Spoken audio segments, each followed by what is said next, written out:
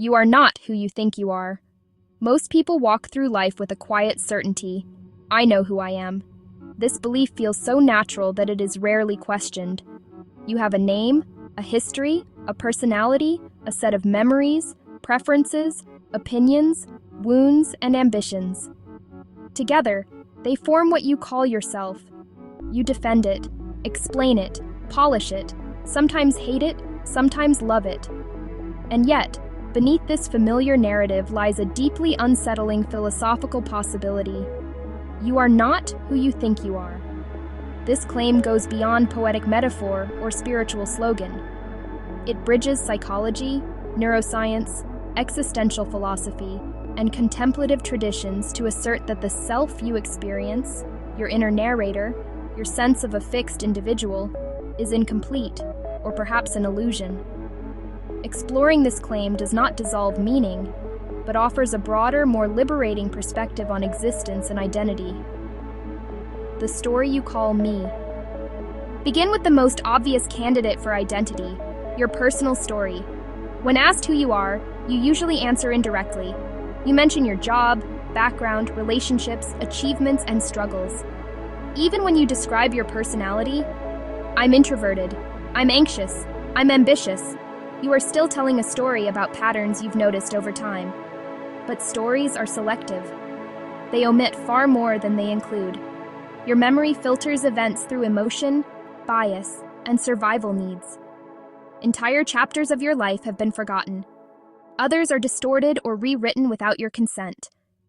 Neuroscience has shown that memory is not a recording, but a reconstruction. Each time you remember something, you subtly alter it.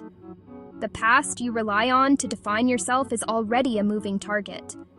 If your identity depends on memory, and memory is unreliable, then who are you really? You are not the story in the way a book is the story. You are more like the act of telling it, dynamic, shifting, shaped by the present moment. The self you believe in feels solid only because it is constantly being narrated. The self as a psychological construction. Modern psychology reinforces this instability. Personality traits, once thought to be fixed, fluctuate across contexts and over time. You are not the same person with your parents as with your friends. You are not the same under stress as at ease. You are not the same at 20 as at 40. Even your moral compass changes depending on circumstance. This does not mean you are fake or fragmented. It means the self is contextual. What you experience as a unified identity is actually a coordination of mental processes, perception, emotion, memory, language, and social feedback. Together, they create a useful fiction, a center of gravity that allows you to function in the world. The philosopher Daniel Dennett called this the narrative self, a virtual character generated by the brain. It is not a thing you can point to in the skull. There is no single location where you reside. Instead, there is an ongoing process that gives rise to the feeling of being someone. You are not a noun. You are a verb. Consciousness and the observer illusion. If you look inward, you may feel that there is an observer behind your thoughts, a thinker who thinks, a watcher who watches. This observer seems intimate, undeniable, and central. Surely that is who you are. But examine it closely. When you search for this observer, what do you find? Thoughts arise, sensations appear, emotions fluctuate, but the observer itself remains strangely elusive. It cannot be seen in the same way as thoughts can.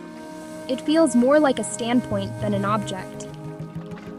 Philosophers and contemplative traditions alike have noticed this paradox. The moment you try to observe the observer, it dissolves into another experience being observed. This suggests that the self is not a thing within consciousness, but an assumption consciousness makes about itself. You are not the voice in your head because you can hear it. You are not your emotions because you can notice them change. You are not even your thoughts about who you are, because those too come and go.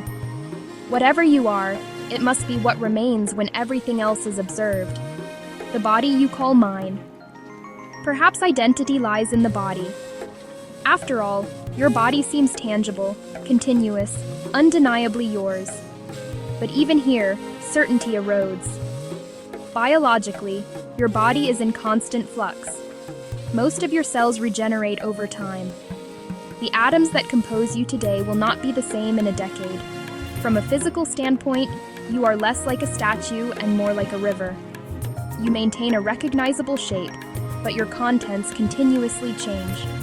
Moreover, the body you experience is not the body as it objectively exists.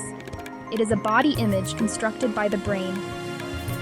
Phantom limb syndrome, body dysmorphia, and neurological disorders reveal how malleable this sense of embodiment is. Your feeling of "I am here" is not guaranteed by flesh alone. The body is part of you, but it is not the whole story. You inhabit it, but you are not identical to it in the way a chair is identical to its wood. Social mirrors and borrowed selves. A significant portion of who you think you are was never chosen. It was reflected back to you by others. From childhood onward, you absorbed labels: smart, difficult, quiet, gifted, lazy, kind, strange. These judgments did not merely describe you, they shaped you. Philosopher George Herbert Mead argued that the self emerges socially. You learn to see yourself through the imagined eyes of others.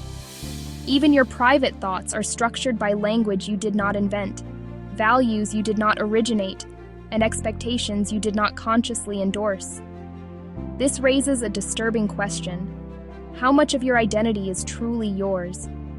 If your sense of self depends on recognition, approval, and contrast, then it is inherently unstable.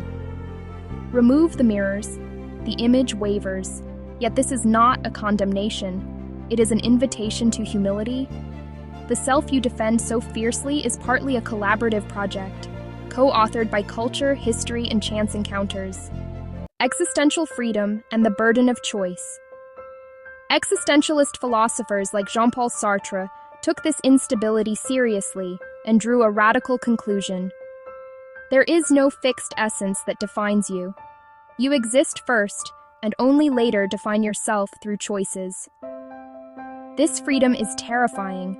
If you are not bound by a predetermined self, then you are responsible for becoming something. You cannot hide behind, "This is just who I am." Not without engaging in bad faith. Identity becomes an ongoing task rather than a discovery. But existentialism does not claim you can become anything whatsoever. You are constrained by circumstances, by the past, by the body, by social realities.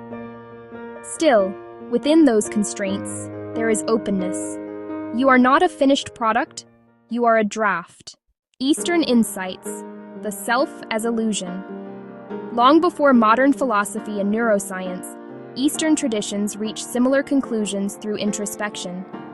In Buddhism, the doctrine of anatta, non-self, asserts that there is no permanent, independent self-underlying experience. What we call I is a bundle of processes, sensations, perceptions, mental formations, arising and passing away. This teaching is often misunderstood as nihilistic, but its purpose is pragmatic. By loosening identification with a fixed self, suffering decreases. When you no longer cling to my anger, my failure, my identity, those experiences lose their grip. You still function, you still act, but you do so with less rigidity, less fear of ego dissolution. Paradoxically, letting go of the self can make life feel more intimate, not less. So, who are you, really? If you are not your story, your thoughts, your body, or your social labels, the core question remains: who are you, really? This returns us to the central argument. The self is not what you assume it to be. A cautious answer is this: you are the field in which experience happens. Not an object within experience, but the capacity for experience itself. This does not mean you are some mystical entity floating above reality. It means your deepest identity is not something you can fully capture in concepts. You are the openness that allows thoughts to appear. You are the awareness in which emotions move. You are the continuity that persists even as content changes. This understanding does not erase your personality or your history. It puts them in perspective. They become expressions, not definitions. Living without a fixed self. Realizing you are not who you think you are does not end identity. It transforms your relationship to it. You become less defensive, less attached to being right, and less afraid of change. You can revise yourself without feeling annihilated. It also deepens compassion. If you are fluid, so is everyone else. People are not static villains or heroes. They are processes caught in circumstances. This does not excuse harm, but it reframes judgment. Most importantly, it opens curiosity.